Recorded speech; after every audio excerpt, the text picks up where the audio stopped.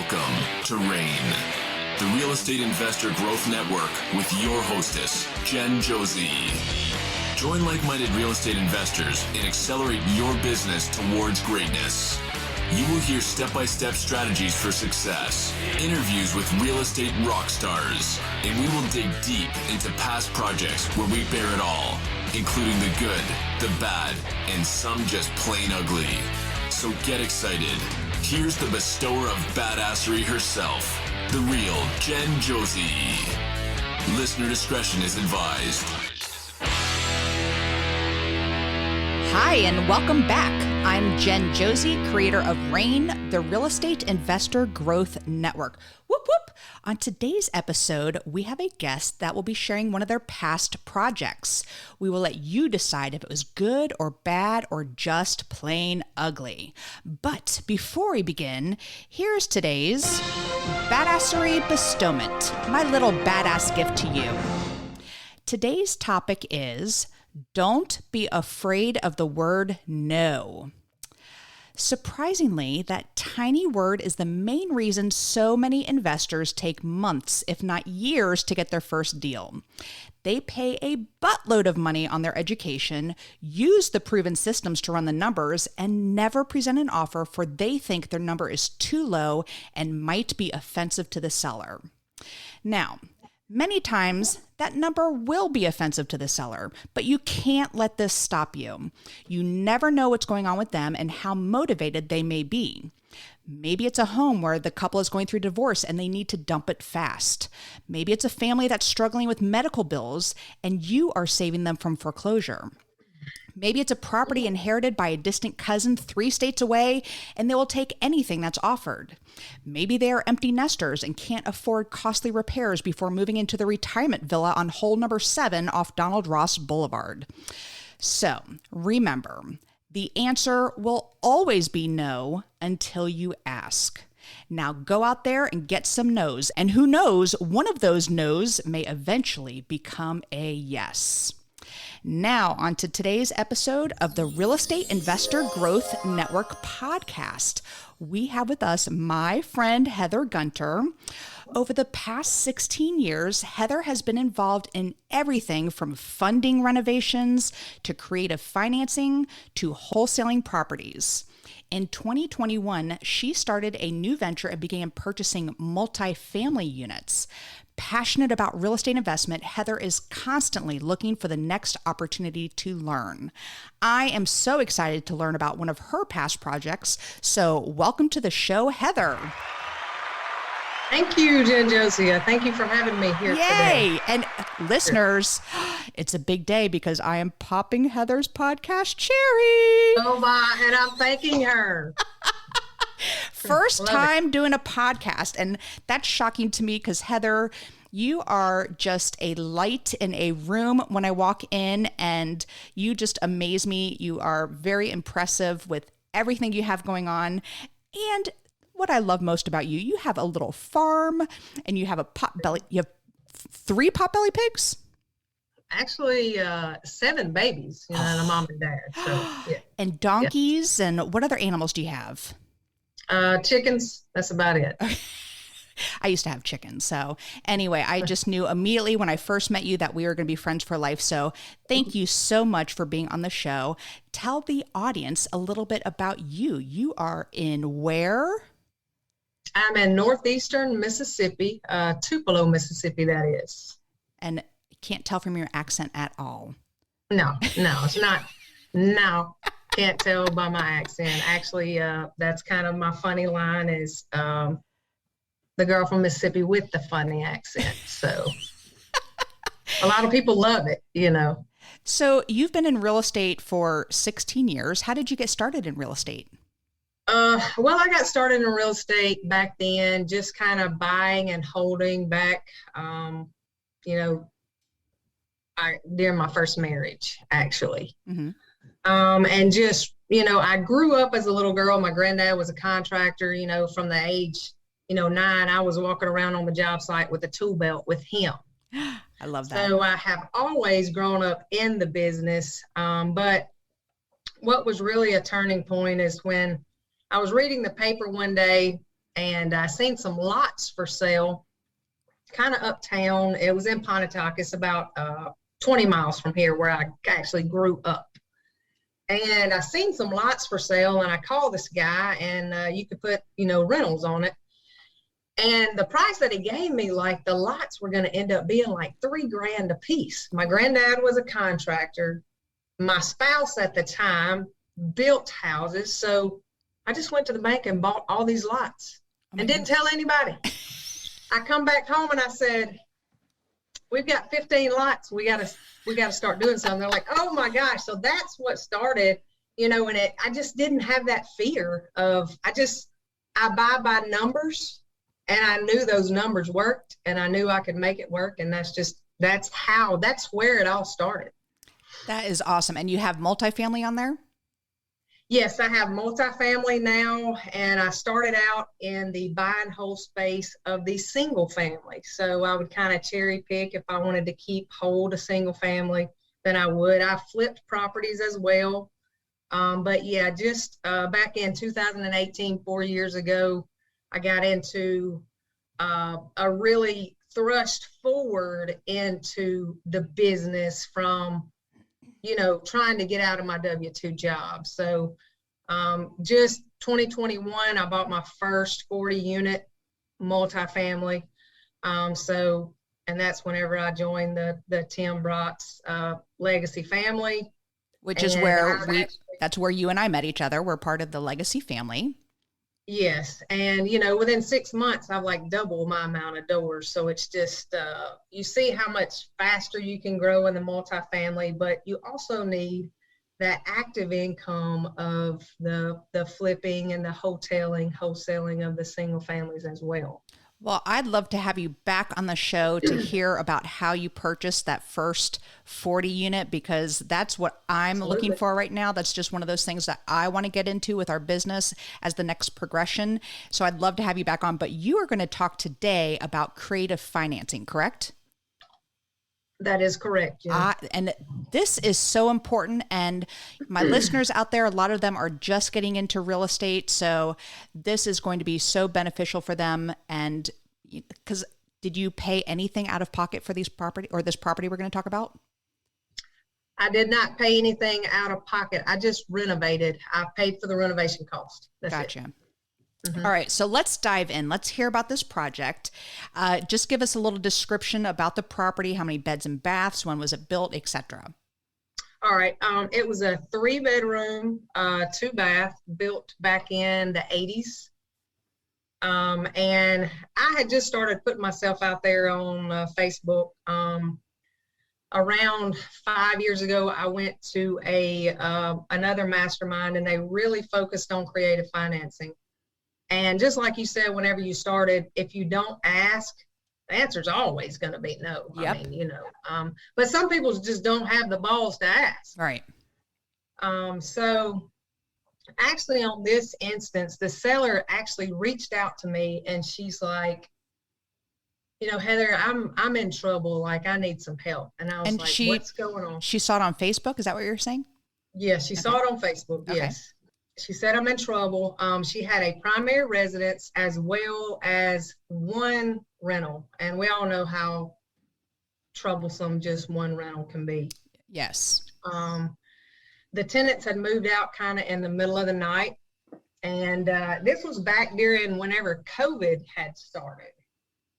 And I think she worked maybe at a restaurant. She was a manager at a restaurant somewhere. And so, that was kind of, they didn't know where they were going to end up either, because of people not going out to eat, shutting down, things like that.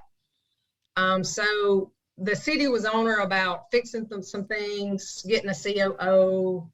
I think she had the power maybe in her name. She wasn't supposed to do that. So she was trying to kind of fly under the radar of that COO. So actually she had the house listed with a realtor. Okay. And in my opinion, it was listed a little high, because you don't want to buy a property high and then you got to go in there and do a lot of work to it. Yes. Right. So, I built such good rapport with this lady until she actually just told me what she owed on the mortgage. So we'll just kind of, if we want to write these numbers down, we can. She owed about 65 on the mortgage, and her taxes and her insurance was escrowed in with that. So, oh wow, that what was she asking? What was it listed for? It was over 100,000. Okay.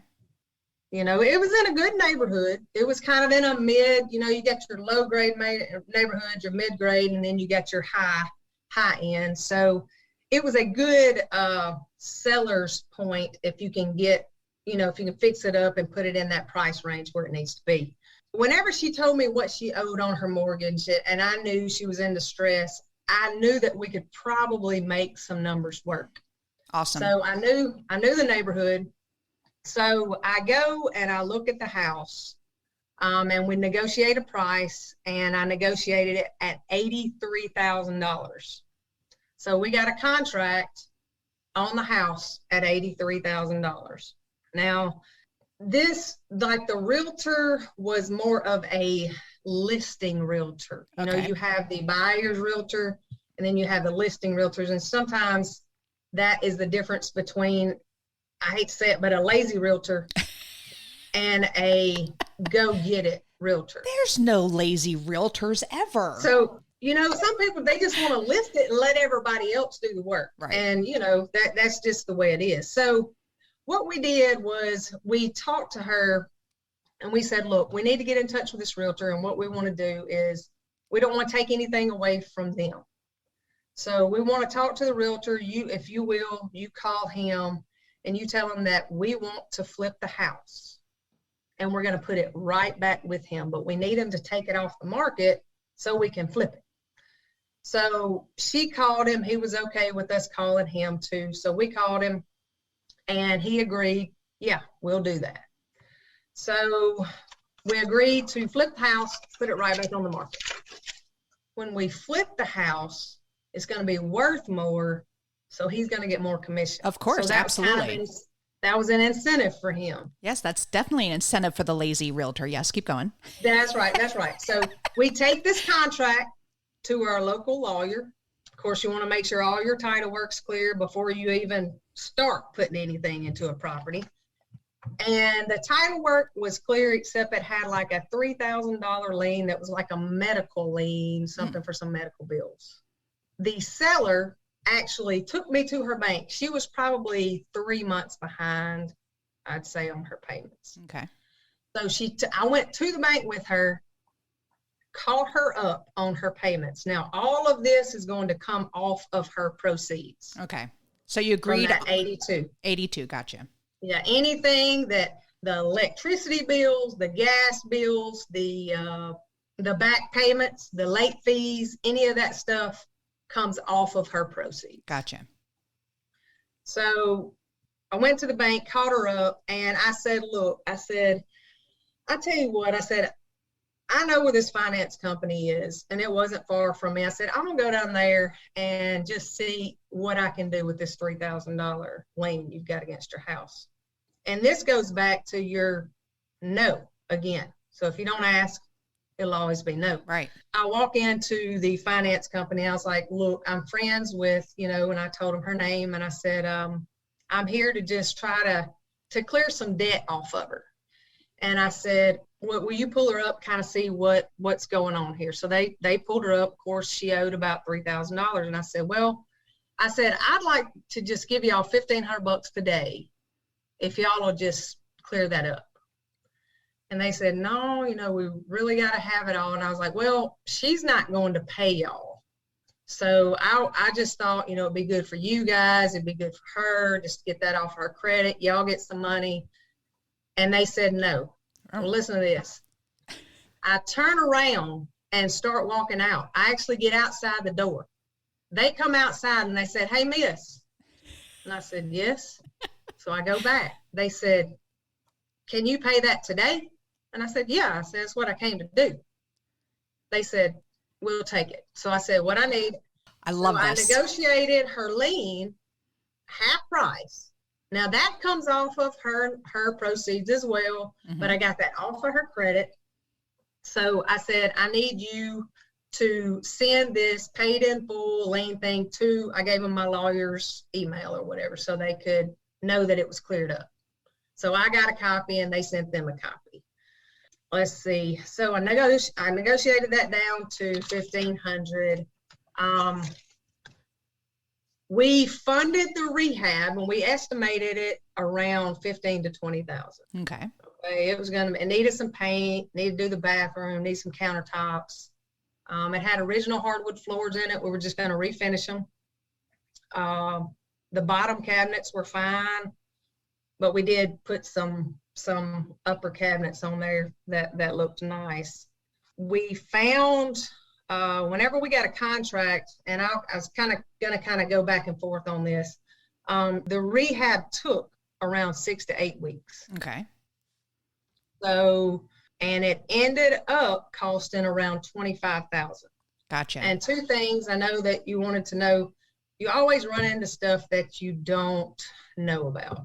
What? So we ran in real estate? Yeah. No, never. Yes, always. So, so we got a contract from a buyer, and then of course they send that home inspector in. Well, back up a second. Okay. Here. So, first of all, Heather, this is so amazing that you know, here's this woman struggling and you're friends with her on Facebook. And by the way, listeners, I hope you hear this, because I'm saying about half our deals come from Facebook because of all the communication that we do.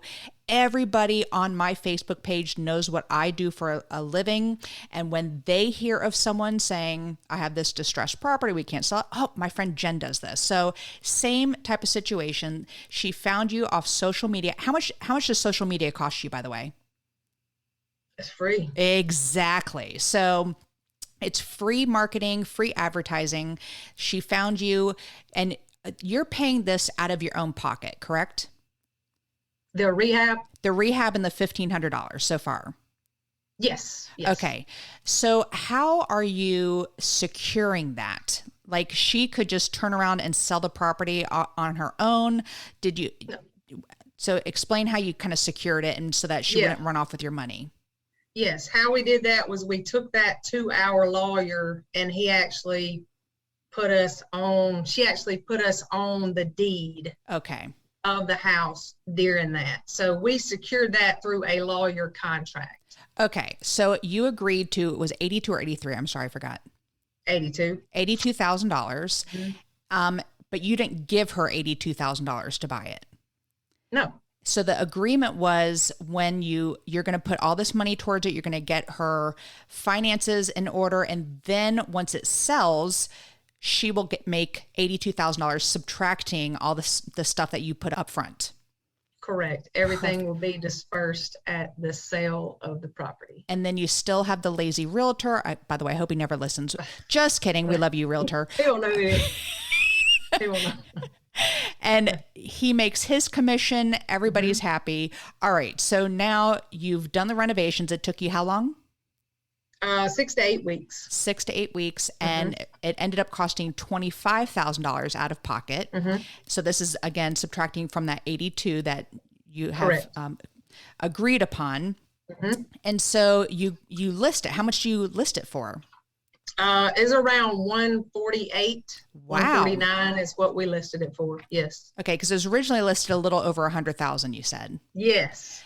But it needed some work, And so you go in, make it sparkling clean, beautiful, update things, and you're able to list it for much higher. Okay. So now it's listed and you get some buyers coming in. So talk about the buyers. Yeah. It sat on the market a little longer than we expected, but I think it was because it was during COVID. But, within the first 5 buyers, I would say that, we had a contract on it. It took about 2.5 to 3 months to sell. Okay. And I think it was just during that time, people were just not sure. When we got the contract, the inspector came in and they found where an old AC had leaked and one of the joists had some rot. So we had to fix that. And then they found some old galvanized drains. Oh. So we fixed that. And that's where the extra rehab cost came in. Gotcha. So what did you get under contract for? Got it under contract for 144. Nice. Like 144.9, actually. We got what we asked for. Perfect. So let's go through some final numbers here. So estimated repairs, Okay. you said around 15 to 20. Is that what you said? No, that's the estimated. Yes. Estimated. So what were the Correct. actual repairs? About 24. 24. That's not too bad. Yep. And interest. Tell us how much interest you paid. Zero. Zero. Zero interest. That's what I was looking at. I was like, we didn't pay any interest. I'm like, yeah, because the seller financed it for us. That basically. is huge. I love that part. And holding costs, so you were paying the electric and all that stuff because you were on the deed at this point. Commissions, you paid the lazy realtor. So how much were his commissions? Do you remember? $83.94, like $8,394. Okay. Well, he made some good money off this. He did. 6%. Yeah, And 6% interest. Wow. What they make here. That's crazy for just listing a property. What were the closing costs? Do you remember? Like with the attorney and stuff? Probably $4,000. Okay. And you paid an $5,000, attorney. something like There were some expenses there. So what, Yes. after the sale, you pay off her, what you promised her, what was your total profit? Around 30. Yeah, around 28 to 30,000. And, it was a 6 to 8 week deal. It did sit on the market, but of course we weren't paying any interest. And actually the realtor that listed it actually sold it. So he got, the buyers and the seller's commission. So He did get to work. He did get to work. Well, and it's because the house was fixed up. We painted the outside of it. We spruced the shutters up. We spruced the landscaping up, the curb appeal, and just all of that, and I think the seller walked away with about $5,000 to $6,000. She didn't walk away with a lot, but she was happy because that headache was off of her. It was like a huge burden. And whenever we took it over, and, we got the lawyer to do the contract and secure it, so she couldn't sell it out from under us because, that is a concern. That's why you want to get all those documents written up and done by a lawyer and signed. Huge, yes. To protect yourself. But I actually have a testimonial on my website and on my Facebook page of her. And every time I do a transaction with a seller, I help a seller, I always get that testimonial because as a woman in real estate, sometimes they don't think I'm real. And I'm like, here's my website. And when they go on there and I have all of these testimonials, it just it gives you credibility, number one. And they trust me, because I'm very authentic. I'm very real. I'm up front. And I do what I say I'm going to do. And I think that's the best part about this. Yes, you made $30,000, but the most important part here, a lot of times flippers, as they call them, get a very, very bad reputation. And here you have the opportunity to actually make such a huge difference in her life and take this off her shoulders, just as you said. And, people forget that. And that's the best part about this job is when you can put your superhero's cape on and go out and help people. So Heather, great job on this. Since doing this project, were there any main takeaways? Just the main takeaways, is just knowing that you help somebody. And that's kind of how I started out in this business, is wanting to help people. And even, even buying multifamily, you can still help people, and that's kind of how I gear my mind towards it. And whenever you want to sincerely help somebody, and you might want to ask them to sell or carry back or whatever creative financing, they want to help you. Right. So true. There's so many people out there, real estate investors, who would first see this property listed at $100,000 and think, no way, and move on. There's That's that right. no again. And you went the step further and really kind of dug into it, and you knew what has been paid off, what she owed, and you were able to make it work. So Heather, thank you so much for sharing this. This is going to be so beneficial for the listeners to hear. That is amazing. And the second part of the podcast is what makes Heather a badass, which you truly are. And I use the acronym BADASS, and the first letter is book. What is a book that's made a huge difference in your life? I would say The Miracle Morning. And I started reading that a while, it's been a while ago, but those visualizations and those affirmations, I mean, I can say it in my Hulk Hogan voice, and they're like, who are you? But I'm like, that's going to come true. And, it works. I have a little crush on Hal Elrod, the guy who wrote the book. And he wrote the book. Do you see my vision board right here? Yeah. I mean, it's far in the background. But Hal Elrod was actually on a presentation, and when he came on, I was one of the first people, and my face was like, oh, it's Hal Elrod. By the way, Hal Elrod, I love you. I'd love to have you on my podcast. Anyway, so he saw me, and he actually, because my name was on the we're on Zoom, and he said, oh, hi, Jen Josie. I was like, oh my God. Hal Elrod just said my name. Oh my God, he said my name. So that's when you have to put that raspy voice on. I am complete. I love it. All right. The first A in badass is advice. What's the best piece of advice you've ever received? And I don't remember who told me, but they told me I was still at my W-2 job, wanting to build a multi-million-dollar company. They said, Heather, you're going to have to eat a little shit first. And that's true. That is true. You got to eat some shit before you get out on the other side. And then you start standing up and you start seeing things that are automated. But, you got to get there. Yes. How would you like your shit sandwich? Would you like it on rye or wheat? That's right. Yes, exactly. Or on the rocks. Or on the rocks.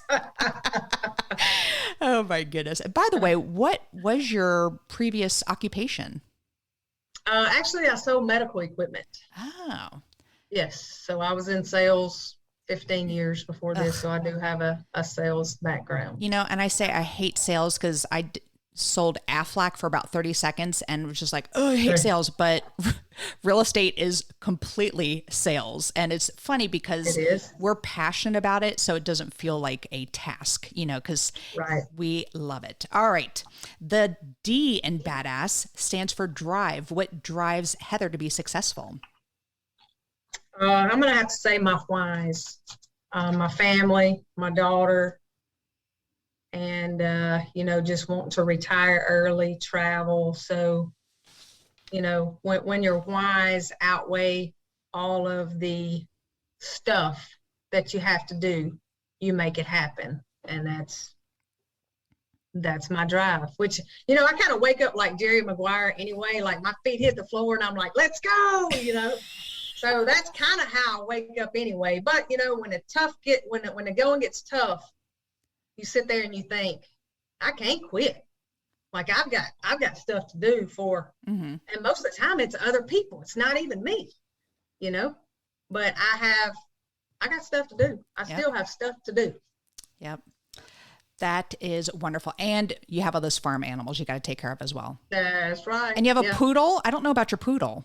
Yeah. Well, actually my daughter, she went to Mississippi State this past year. So we got her an apartment down there and she stays gone a long time, at a time for me. It's like 2 weeks at a time. She'll come home for a day, 2 weeks, come home for a day. And I'm like, man, and I work a lot out of my house and Liz works. So I'm like, got nobody to talk to. So I'm like, I need to get a really smart dog. So I was talking to somebody else and I was like, I need to put her like on I buy houses for cash and put her picture like just up there, like put my logo and stuff. And then I write all her dog food and all her leashes and all that crap off on taxes because she's my real estate dog. She's your model. She's my model. What's her name? Right. Sophia. Well, Yeah. I have a Kevin and a Mabel, and we've actually put Kevin's face on some of our stuff as well. But yeah, we still pay for all of his shit. But anyway. Right. All right. The second A in badass is aspiration. I'm a big goal setter. So what is a goal you are currently working on? A goal I'm currently working on is I want 2,500 doors. And I know I have big goals, but if I can double the amount of doors in 6 months and keep that momentum, it'll happen. When's the end date? I give myself 3 years. Okay. Very nice. Well, my goal is to get to where you are right now. I want 101 doors. I'm 8 in. And my end date is the end of this year, December 31st. So I'm manifesting that goal everywhere. I want 101 doors. And you inspire me. I hope you know that. Oh, yeah. Thanks. I appreciate that. You inspire me as well. Oh, my goodness. Hush, hush. Crazy. Hush.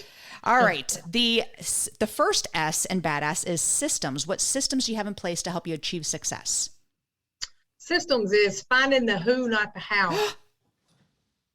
Got that book too. And, it took me a long time, literally reading it.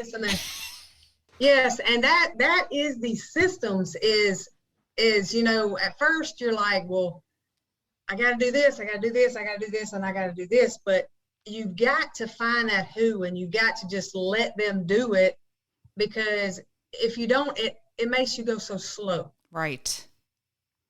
I just had an accountability lunch, which is why I'm wearing makeup, which is very rare for me. But at lunch, we were talking about this, and this book is just, I'm literally right behind my desk because I was reading a couple pages before this podcast started. And it is so important. And I think it was Tim Bratz at the conference we were at in Denver that was talking about this book. And oh my goodness. And just the who's that you find to help you become a who to them by teaching them more about real estate investing or whatever it is. And that is just starting to click for me. And again, this is why I love Heather so much, because you and I are like right here on the same page with things. And, I'm just so lucky to have you as a friend in my life. So let's wrap this up. The last S in badass is success. What does success mean to you? Success means failure. Oh. Success means trying until you get it right. And when I say failure, I don't necessarily mean just something not working. I don't mean like, oh my God, I went under. I mean, you've got to try and you got to hit that brick wall until you just bust it. And you got to figure out you got to be around those people that already have been there, already have done that, and they help you, navigate that way. But success is definitely a curly, squiggly line. A lot of people think, oh man, she's out here, making money and buying all these properties, but they don't see what we actually do. They don't see coming in and sitting down on the back porch in the rocking chair and be like, man, that was a day, and even though you're building your own empire and you're not building somebody else's, it's all right here. That's right. She was tapping her shoulders, by the way. That's right. It's all right here. Heather, I am so glad that you chose to be on my podcast, and it is such a pleasure. I love hanging out with you. Can't wait to hang out with you. Our next one is going to be in Nashville, our next conference, but then I hope I get to see you in Jamaica as well. I will still keep pushing it for you. At the tab retreat. Yes. Shout out to the Absolute Best Retreat.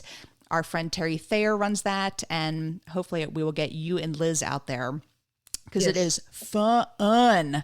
So good. The listeners, they may have some questions for you. What's the best way for listeners to find you?